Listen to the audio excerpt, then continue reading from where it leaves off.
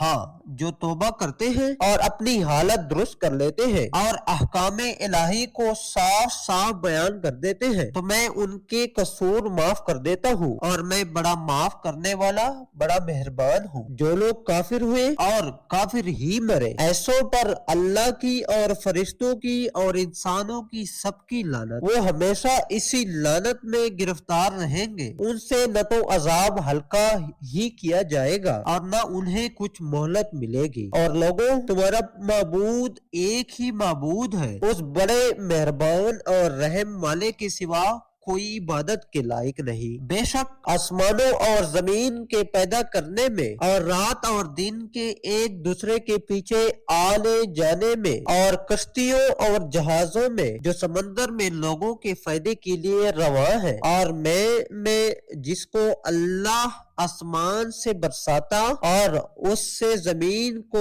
اس کے مردہ ہو جانے کے بعد زندہ یعنی خشک ہو جانے کے بعد سرسبز کر دیتا ہے، اور زمین پر ہر قسم کے جانور پھیلانے میں اور ہواؤں کے چلانے میں اور بادلوں میں جو آسمان اور زمین کے درمیان گرے رہتے ہیں، عقل مندوں کے لیے اللہ کی قدرت کی نشانیاں ہیں۔ اور بعض لوگ ایسے ہیں جو غیر اللہ کو اللہ کا شریک بناتے اور ان سے اللہ کی سی محبت کرتے ہیں، لیکن جو ایمان والے ہیں وہ تو اللہ ہی کے سب سے زیادہ دوستدار ہیں۔ اور اے کاش ظالم لوگ جو بات عذاب کے وقت دیکھیں گے اب دیکھ لیتے کہ سب طرح کی طاقت اللہ ہی کو ہے، اور ایک کہ اللہ سخت عذاب کرنے والا ہے۔ اس دن کفر کے پیشوا اپنے پیرووں سے بیزاری ظاہر کریں گے اور دونوں عذاب الہی دیکھ لیں گے اور ان کے آپس کے تعلقات منقطع ہو جائیں گے۔ یہ حال دیکھ کر پیروی کرنے والے حسرت سے کہیں گے کہ اے کاش